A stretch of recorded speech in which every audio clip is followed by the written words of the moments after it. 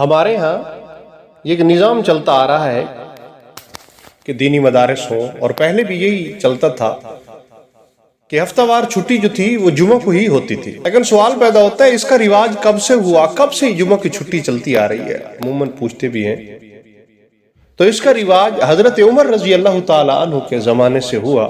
کتابوں میں آتا ہے، کتاب مدارس کا نظام، اس میں منقول ہے کہ جب حضرت عمر رضی اللہ تعالیٰ عنہ ملک شام کے سفر سے کئی مہینوں کے بعد واپس ہوئے تو اہل مدینہ اور اس کے ساتھ چھوٹے چھوٹے بچے استقبال کے لیے شہر سے باہر نکلے تھے۔ تو وہ دن جمعرات کا دن تھا۔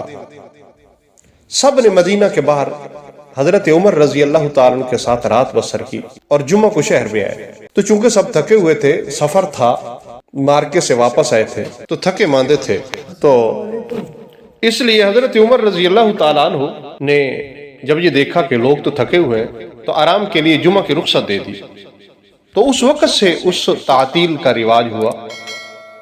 ایوب بن حسن رافعی رحمہ اللہ علیہ کا بیان ہے کہ ہم لوگ ہر جمعہ کو مدینہ کے مکتب کے لڑکوں کے ساتھ باہر نکلتے اور احد کے قریب مصعب بن زبیر کے مدرسہ کے لڑکوں کو دیکھتے کہ عربی گھوڑوں پر شاہ سواری کرتے۔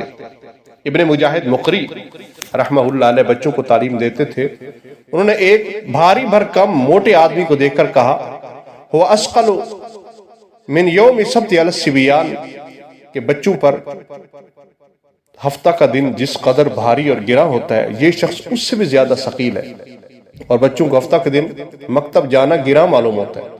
وہ مدارس نے ان معاملات میں بھی اسلاف سے اپنا تعلق جوڑے رکھا ہے۔